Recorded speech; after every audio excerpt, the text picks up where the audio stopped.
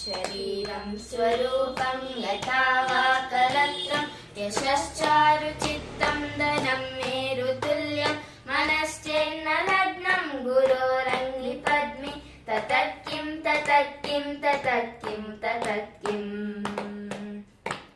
कलत्रं धनं पुत्रपौत्रादि सर्वं गृहं बान्धवा सर्वमेतद्विजातं मनश्चेन्न लग्नं गुरोरङ्घ्रिपद्मे ततत्किं ततत्किं ततत्किं ततत्किम् षडङ्गादिवेदो मुखे शास्त्रविद्या कवित्वादिगद्यं सुपद्यं करोति मनश्चेन्न लग्नं गुरोरङ्घ्रिपद्मे ततत्किं ततत्किं ततत्किं ततत्किम् विदेशेषु मान्यस्य देशेषु धन्यः सदाचारवृत्तेषु मत्तो न चार्य मनश्चेन्न लग्नं गुरोरङ्घ्रिपद्मे ततत्किं ततत्किं ततत्किं ततत्किम्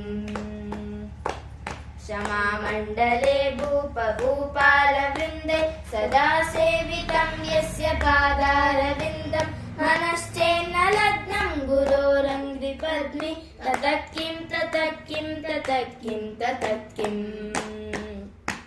यशो मे गदं दिक्षु दानप्रताप जगद्वस्तु सर्वं करे यत्प्रसादं मनश्चेन्न लग्नं गुरोरङ्घ्रिपद्मे ततत्किं ततत्किं ततत्किं ततत्किम् न भोगेन योगेन वा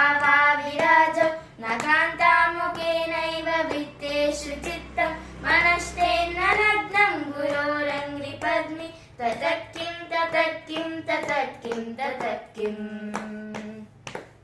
अरण्येन वा स्वस्य देहेन कार्ये न देहे मनो वर्तते मे त्वनर्घ्ये मनश्चेन्न लग्नं गुरोरङ्घ्रिपद्मे ततत्किं ततत्किं ततत्किं ततत्किम् गुरोराष्टकं यः पठेत् पुण्यदेहि यतिर्भूपतिर्ब्रह्मचारी च देहि लभेत् वाञ्छितार्थं पदं ब्रह्म संयम् गुरोरुक्तवाक्ये मनो यस्य लग्नं गुरोरुक्तवाक्ये मनो यस्य लग्नम्।